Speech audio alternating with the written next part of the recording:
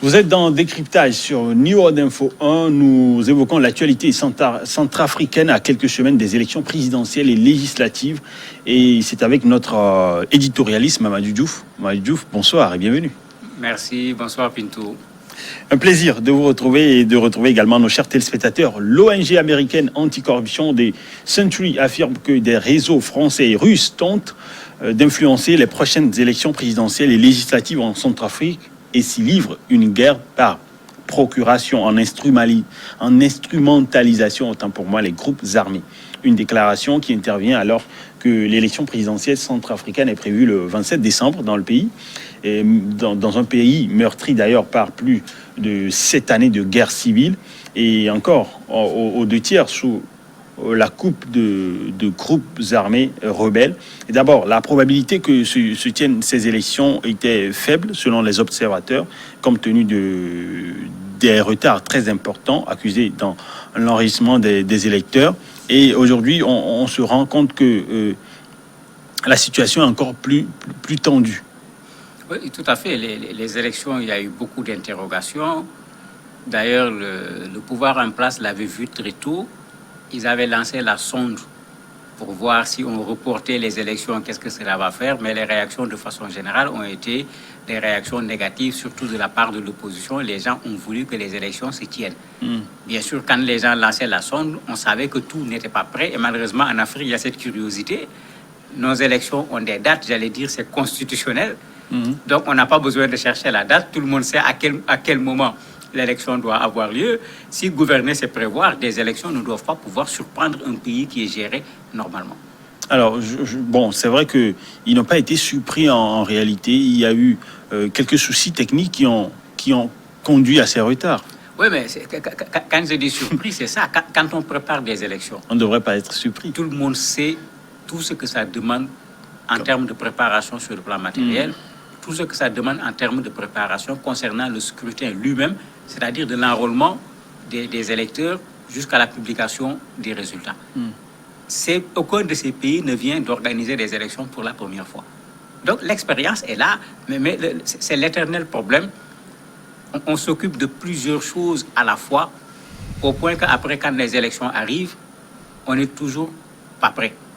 C'est ça la réalité. On est toujours pris de court. Dans tous les pays, on conteste l'enrôlement, on conteste le temps qui a été donné pour que les gens s'inscrivent sur les listes électorales, on conteste que la liste n'a pas été purgée d'un certain nombre de personnes qui n'ont plus le droit de participer au vote, etc. On le voit pratiquement dans tous les pays, ce qui veut dire que cette chose-là ne semble pas être prise au sérieux, parce que si c'était pris au sérieux, chaque année, on peut ajouter les gens qui ont 18 ans, par exemple, puisque ça vient tous les ans, sortir ceux qui sont décédés. Mais quand vous arrivez à l'année des élections, s'il y a encore du travail à faire, il ne reste pas grand-chose à faire. Alors, venons-en à la déclaration de l'ONG américaine de Century, ONG américaine anticorruption, qui affirme que des réseaux français et russes tentent d'influencer les prochaines élections en Centrafrique. Difficile de ne pas y croire quand on connaît les intérêts des 2 pays européens en Centrafrique. Mais tout à fait, il faut dire ouf. Il faut dire ouf parce que à chaque fois que les gens s'en parlent, on dit c'est du complotisme, on avait du mal à vouloir accepter cela. Pourtant, c'est une réalité. On a vu la star Maniel de la chanson dire clairement la même chose sur la France au Mali. Tout le monde a vu exactement la même chose en Syrie, avec les Américains, avec les Russes, avec les Français. Chacun avait à la limite son groupe armé. On voit la même chose en Libye. Mais la Centrafrique n'est pas une exception. Il y a une guerre aujourd'hui d'influence. Il y a une guerre aujourd'hui avec ce positionnement nouveau de la Russie, puisqu'après la fin du communisme, la Russie avait un peu quitté les pays africains, mais il y a un retour actuellement très fort de la Russie vers l'Afrique. Et la Centrafrique semble être un point qui intéresse fortement la Russie. Qu'on n'oublie pas que la Centrafrique, en principe, est jusqu'à présent sous embargo.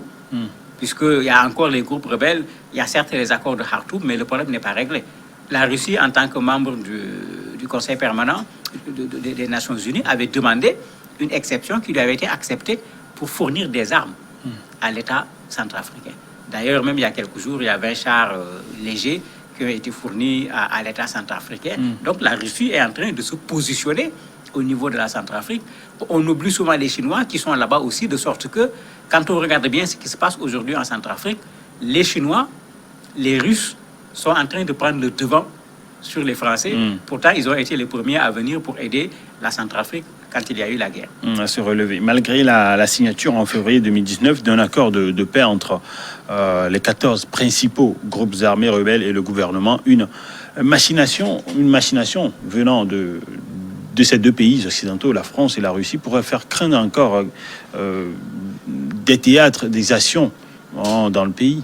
Oui, mais tout à fait, c'est habituel. Malheureusement, c'est comme si les Africains ne veulent pas prendre leurs responsabilités.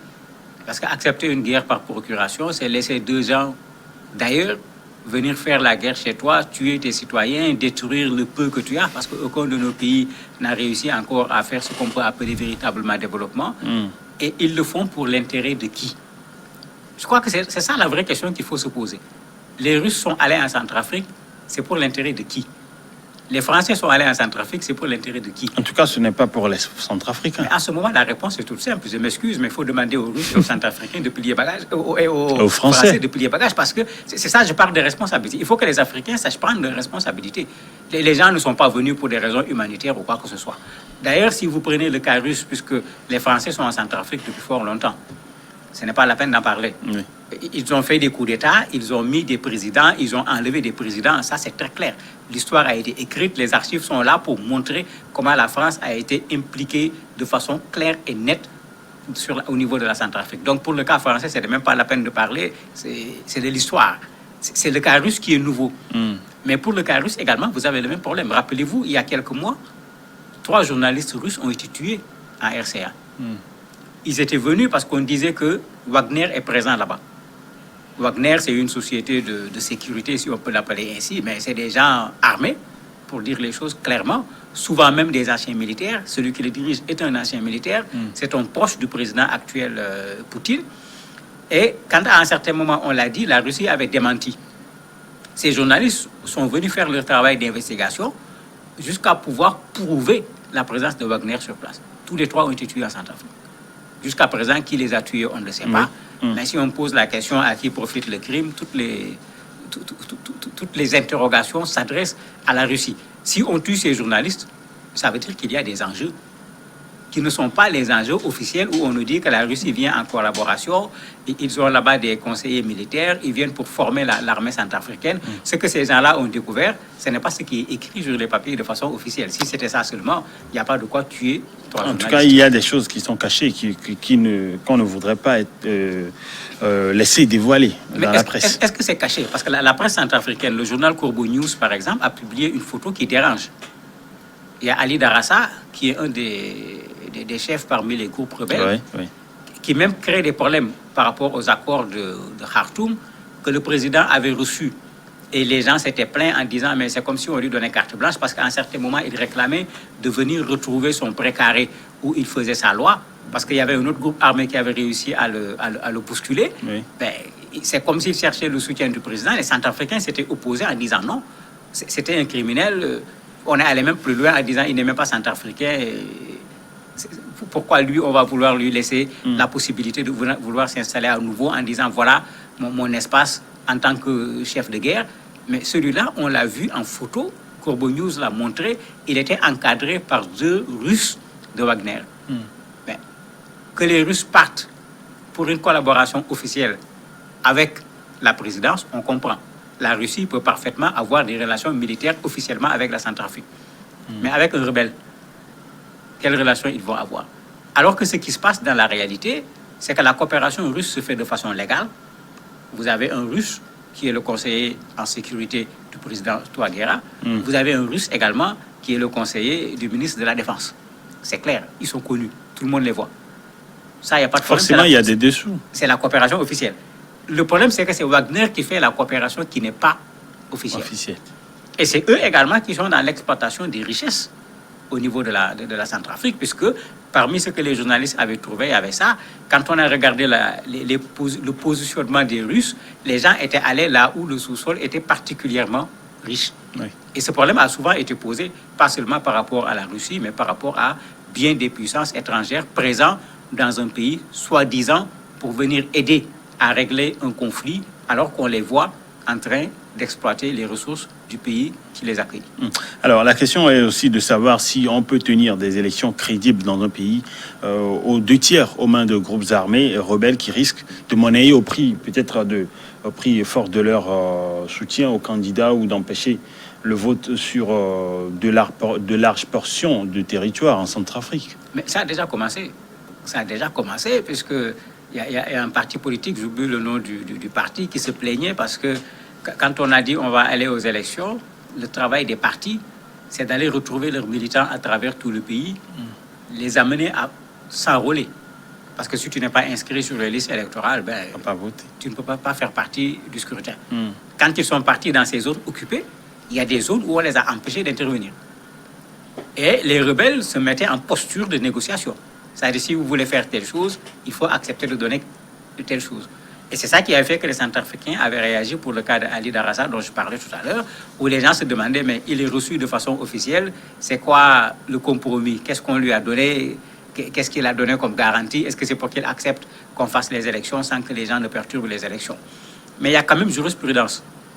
Il faut dire que depuis quelque temps, les élections qui ont été organisées en Centrafrique ont été organisées avec ces zones occupées par les rebelles. Aujourd'hui même, on peut dire qu'il y a un léger mieux, puisqu'il y a les accords de Khartoum, même si ce n'est pas toujours respecté sur tous les plans. Et avec les accords de Khartoum, un certain nombre de membres de ces groupes rebelles sont présents dans l'appareil d'État aujourd'hui. Il y en a qui sont ministres, il y en a qui occupent d'autres postes. Donc on peut dire que la situation actuelle, même si l'essentiel de la Centrafrique est occupé, est plus favorable que la situation dans laquelle on avait élu le président Touadéra. Donc si on considère que son élection était valable, cette élection doit pouvoir être valable à moins que les groupes rebelles ne changent de position et fassent plus de violence que ce qu'on avait vu au moment de l'élection précédente. C'est vrai que l'opposition avec Bozizé plaide en partie pour un report du scrutin. Est-ce qu'il ne voudrait pas plutôt... il voudrait pas mieux plutôt les écouter, ses opposants? Oui, mais c'est curieux actuellement. Au départ, le projet de reculer les élections était parti de l'Assemblée. Les gens ont dit non, c'est Touadéra qui veut augmenter son mandat, il veut se préparer davantage. C'est pourquoi j'ai parlé de bulle au départ. Il y avait un peu cette information qui était sortie, qui n'était pas encore officielle. Le projet était là, mais c'est ces gens qui s'étaient opposés. Aujourd'hui, peut-être ils se rendent compte qu'ils ne sont pas prêts. Ils se rendent compte que les conditions sont beaucoup plus difficiles que ce qu'ils croyaient, parce que Bozizé, il ne faut pas oublier qu'il est arrivé il n'y a pas longtemps, il n'était plus sur le territoire centrafricain, et il se rend compte aujourd'hui que les choses ne sont pas aussi faciles que ce que lui, il avait cru. D'ailleurs, il est sous mandat d'arrêt. Il y a tellement de choses qui pèsent sur celui-là, on attend de voir, parce que les délais sont là pour valider les candidatures, on ne sait pas encore qui est officiellement candidat. Pour le moment, c'est les partis qui ont investi des gens. Oui. Il reste à ce que la loi dise qui est candidat et qui ne l'est pas. Il y a Djotodia qui est là. Tout le monde se pose la question aujourd'hui, est-ce qu'il n'est pas dans les bras du président Touadéra? Est-ce qu'il ne roule pas pour le président Touadéra? Et s'il roule pour Touadéra, il ne faut pas oublier que lui, il était là avec le coup d'État et il est avec la Séléka, une partie des mouvements rebelles, et c'est une partie pas négligeable du tout au niveau des mouvements rebelles, etc. Donc il y a encore une situation assez complexe qui fait qu'effectivement, pour le moment, l'opposition n'est pas en bonne posture. Elle a intérêt à avoir plus de temps, qu'on clarifie davantage les choses, que le processus électoral soit davantage clarifié, mais il aurait fallu faire ces revendications à un autre moment où on avait parfaitement le temps de le faire, mais les gens ne l'avaient pas fait. Et c'est également un des drames. Parfois, on attend que le scrutin soit là. Autant l'État ne s'est pas préparé, autant l'opposition, souvent également, n'a pas fait le travail qu'il fallait faire bien auparavant. Et c'est à 2 pas du scrutin qu'on commence à appeler la communauté internationale pour venir vérifier le fichier électoral, etc. Et quand on le fait, on fait une vérification de façade et puis on passe, on dit que le fichier quand même permet d'organiser des élections, même s'il y a des imperfections. Mais avant que les gens ne fassent le travail, vous pouvez écrire la conclusion, parce que c'est la même conclusion qu'on nous donne tout le temps. La même chanson. Alors, c'est vrai que vous évoquiez tout à l'heure l'accord de Khartoum de février 2019, un an et demi après cet accord de paix. Et avec le concours de la MINUSCA, la mission multinationale des Nations Unies en Centrafrique, on a l'impression que cette mission n'a jamais pu réussir à empêcher les groupes rebelles de pouvoir sévir sur une partie assez, je dirais, majoritaire du territoire centrafricain. Ça, c'est le défaut des mandats des Nations Unies. Souvent, ces forces sont des forces d'interposition. C'est normal au départ, parce que quand ils viennent le plus souvent, c'est pour empêcher à deux groupes de s'affronter. C'est pourquoi on parle d'interposition. Mais sur ce mandat en Centrafrique, combien de fois des experts envoyés par l'ONU, des experts envoyés par l'Union africaine, ont dit qu'il faut changer le mandat. Et il faut donner plus de prérogatives à ces gens pour qu'ils puissent empêcher aux groupes armés de continuer leurs exactions. Mais malheureusement, le plus souvent, on a laissé le mandat comme tel, et ça fait qu'après, quand on veut les juger, ils disent, mais nous, on est restés dans le cadre du mandat qui nous a été donné. Ils n'étaient pas venus pour combattre des groupes rebelles. Merci Mamadou Diouf de nous avoir éclairé sur la situation en Centrafrique. C'est moi qui vous remercie. Un plaisir de vous avoir eu et un plaisir d'avoir eu votre attention également, vous, nos chers téléspectateurs. Merci à l'équipe qui nous a aidés à préparer cette émission. À vous, je vous dis à très vite.